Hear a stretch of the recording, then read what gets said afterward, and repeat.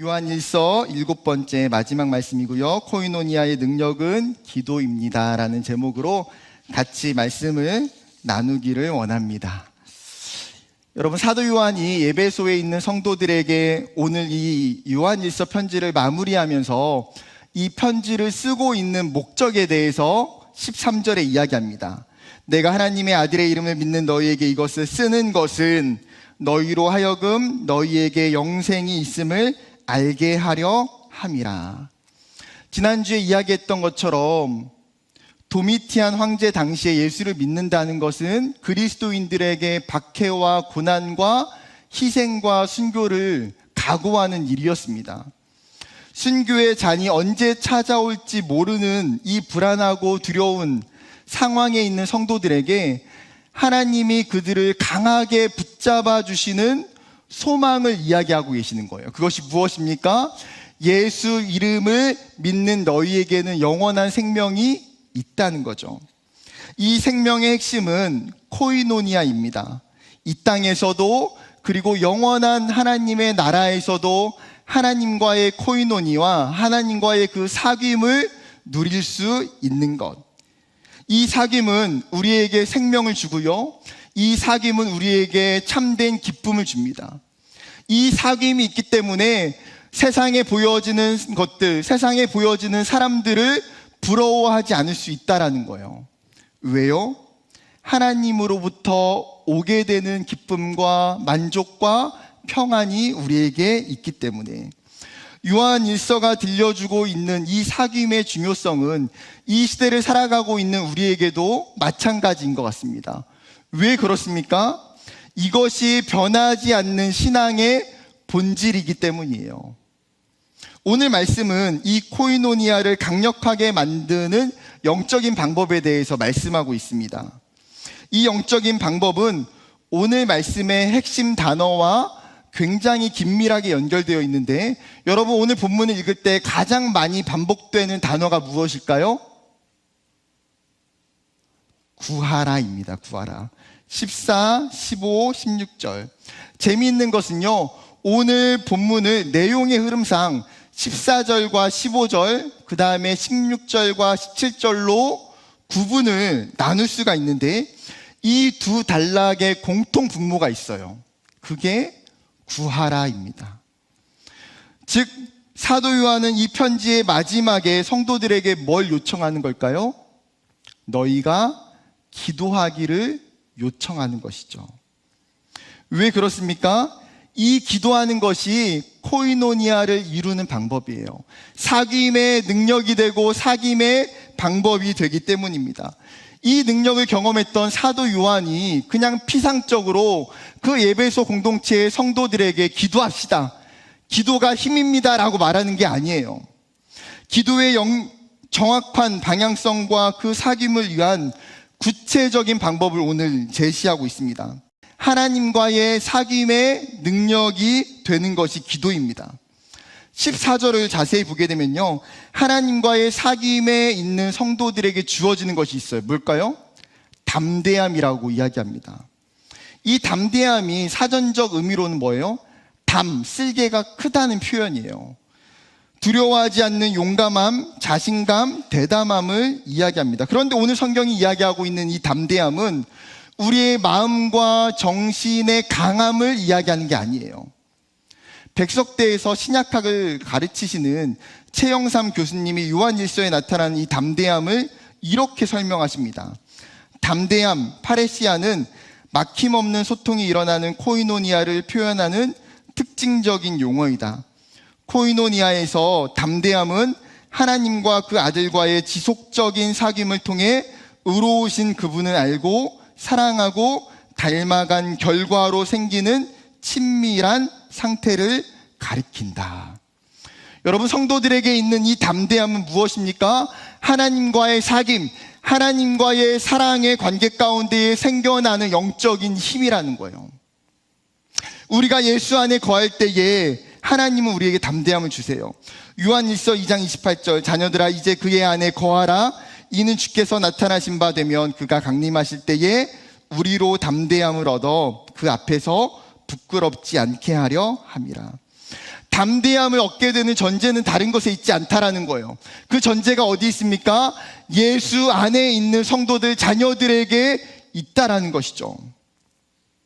그렇기 때문에 반대로 여러분, 우리에게 담대함이 없다라는 것은 하나님과 우리 사이에 있는 코이노니아가 단절되어 있다라는 증거일 수도 있어요.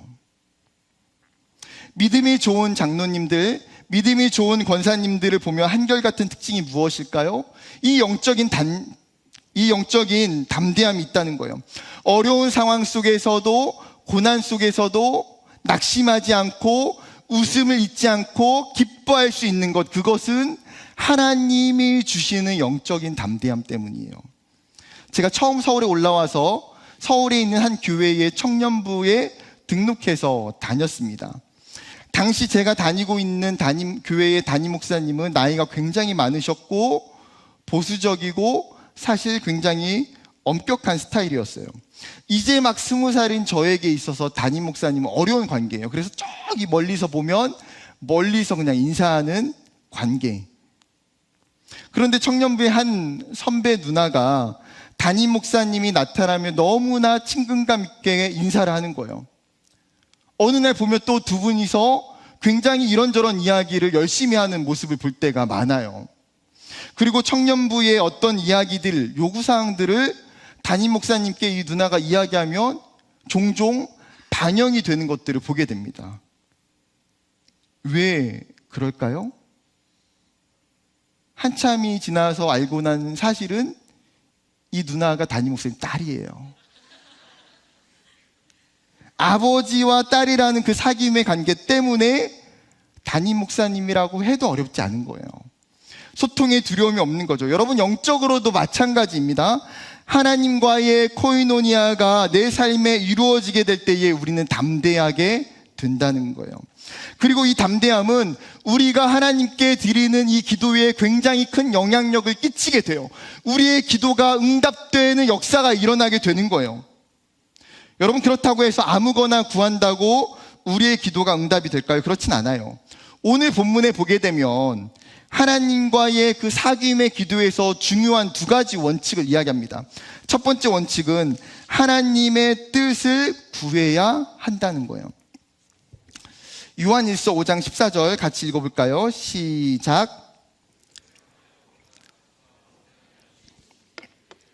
무엇을 구하면 들으심이라. 여러분, 우리가 기도를 하게 되는 경우는 개인적인 어려움이나 개인적인 기도의 제목이 있기 때문이에요. 그렇다 보니 내 기도 제목에 대해서 나만의 정답을 가지고 기도하는 경우가 많아요. 즉, 나의 뜻, 나의 계획이 이미 세워져 있는 거죠. 이와 같이 나만의 정답을 가지고 하나님께 나아가서 기도할 때에 그 기도가 응답이 될까요? 실제로 나의 기도의 답안지가 오답 처리되는 일들을 경험하게 됩니다. 그러면 또 어때요? 내 마음속에 이 기도의 응답이 일어나지 않는 것에 대해서 낙심하고 신앙이 꺾여 버릴 때가 있어요. 성경은 야고보 사도를 통해서 우리의 기도가 왜 응답받지 못하는지에 대해서 설명하면서 그 이유를 우리의 잘못된 동기와 욕심을 위한 간구 때문이라고 이야기합니다. 이를 통해서 기도에 대해서 우리의 오해를 바로잡아주고 있는 거예요. 기도는 나의 뜻을 구하는 것이 아닙니다. 기도는 나의 절대적인 요구사항을 독촉하는 알라딘 램프가 아니에요. 그렇다면 기도는 무엇입니까? 기도는 하나님의 뜻을 물어보는 거예요. 기도는 하나님의 계획을 발견하는 것입니다. 우리에게도 뜻과 계획이 있는 것처럼 여러분, 하나님에게도 당신의 뜻과 계획이 있다라는 사실이죠.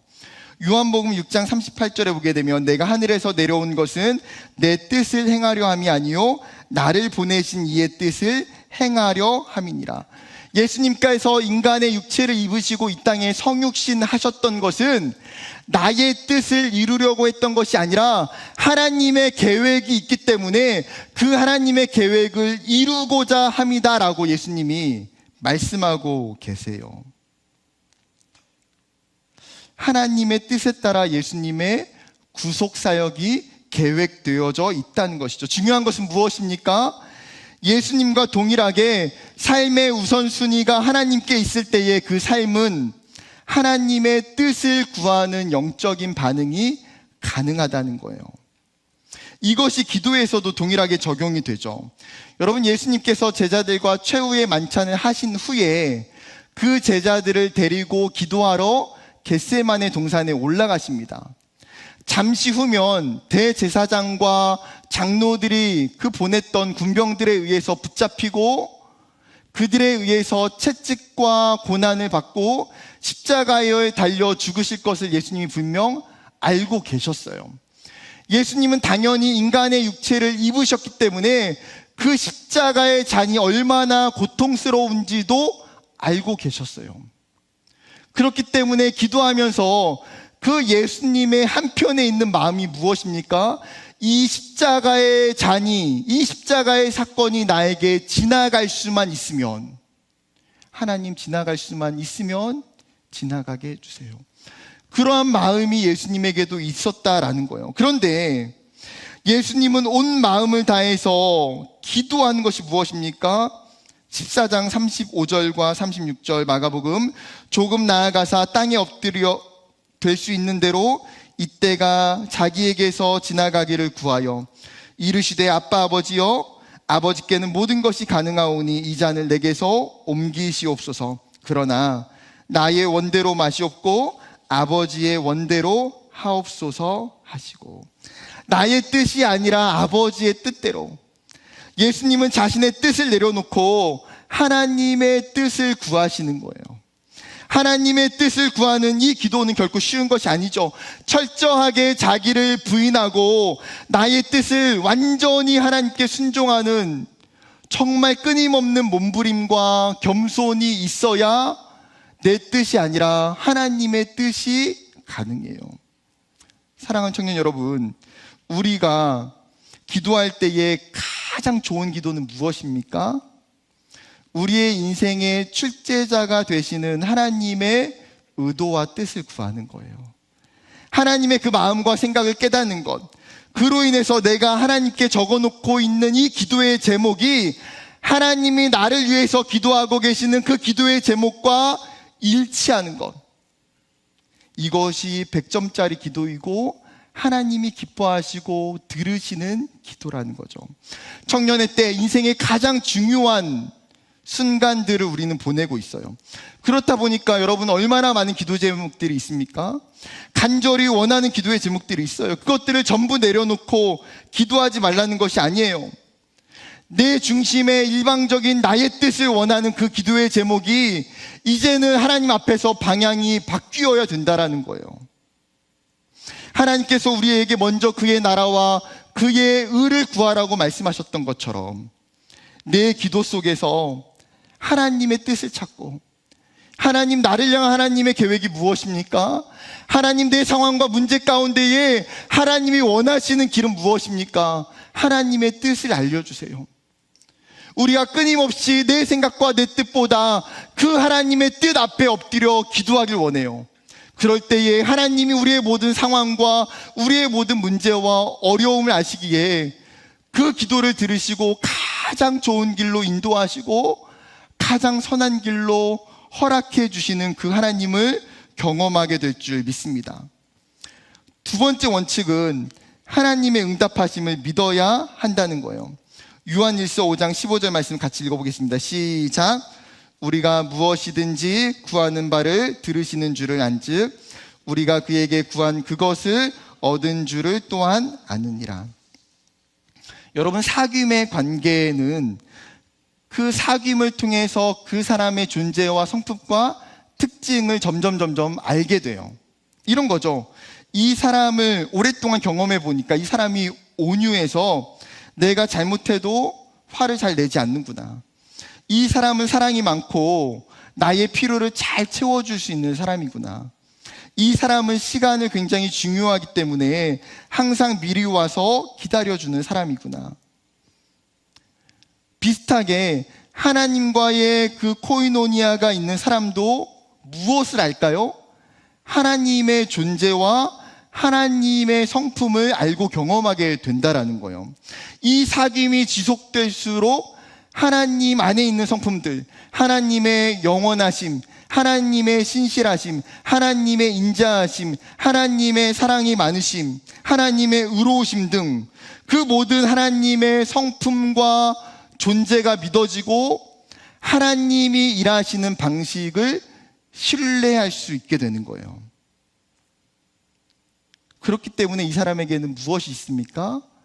나의 하나님은 내가 간구하는 이 기도를 듣기를 원하시고 응답하시기를 즐거워하시는 분임을 확신하게 돼요. 그렇게 구하면 받는다라는 이 단순한 믿음, 이 담대한 믿음이 있는 것이죠.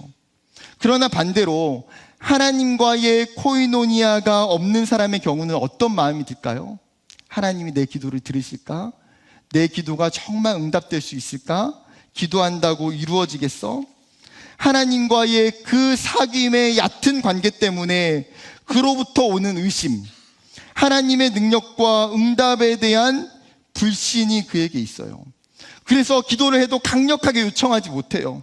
그래서 기도를 해도 인내하며 끈질기게 기도하지 못해요. 그러나 성경이 우리에게 분명하게 이야기합니다. 요한복음 16장 23절과 24절.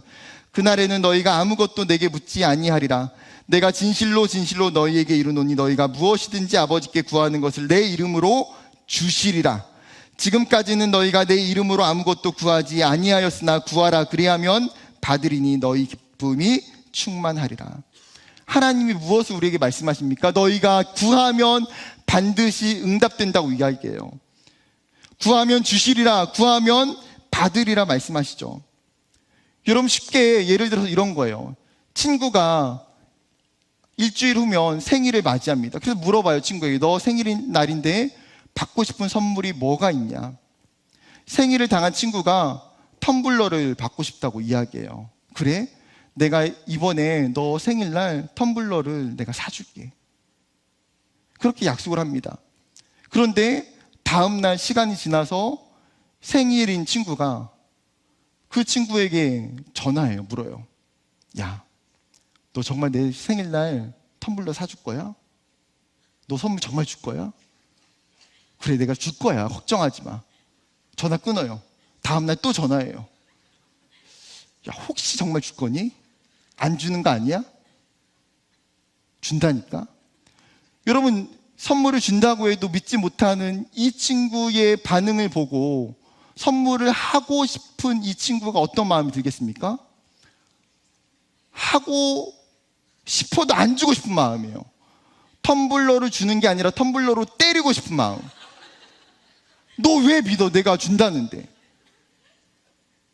여러분, 응답의 주체가 되시는 하나님이 주시는 분이 된다고 하는데 왜 의심하고 불안해합니까? 우리의 기도가 응답될 수 있는 가장 중요한 증거가 뭐예요? 하나님 우리에게 주신 증거가 뭐예요?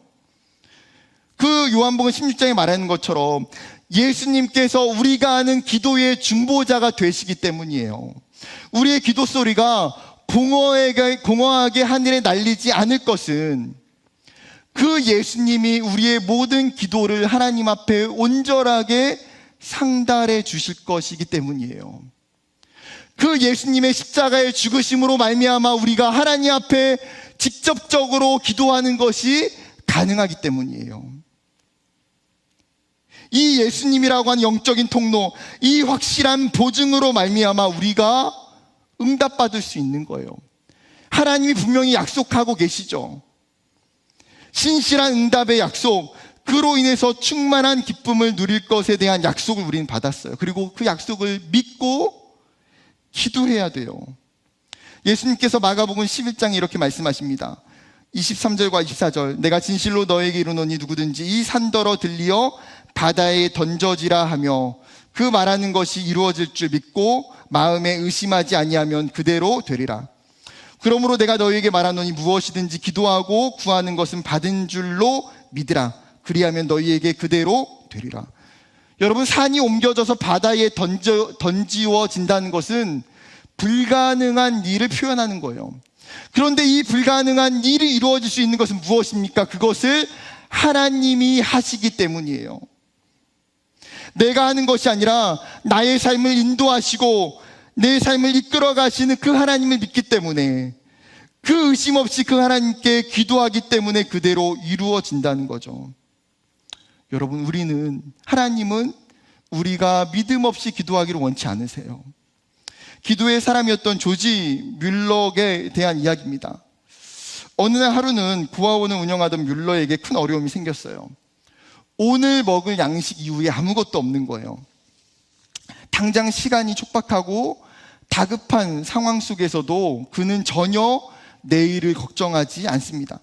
단순히 걱정하지 않는 것이 아니라 기도로 주님께 맡겼습니다. 그런 뮬러를 주위에 있는 사람들이 이해할 수가 없는 거예요. 빵 한 조각 살 돈도, 우유를 구입할 돈도, 석탄도, 많은 일용품들도 절박하게 필요한 상황이었습니다. 그러나 뮬러는 기도 외에 아무것도 하지 않았어요. 그런 가운데서도 낙심하지 아니하고 주님께 그들을 버리시지 않으시고 도우신다는 분명한 믿음을 그는 가지고 있었습니다.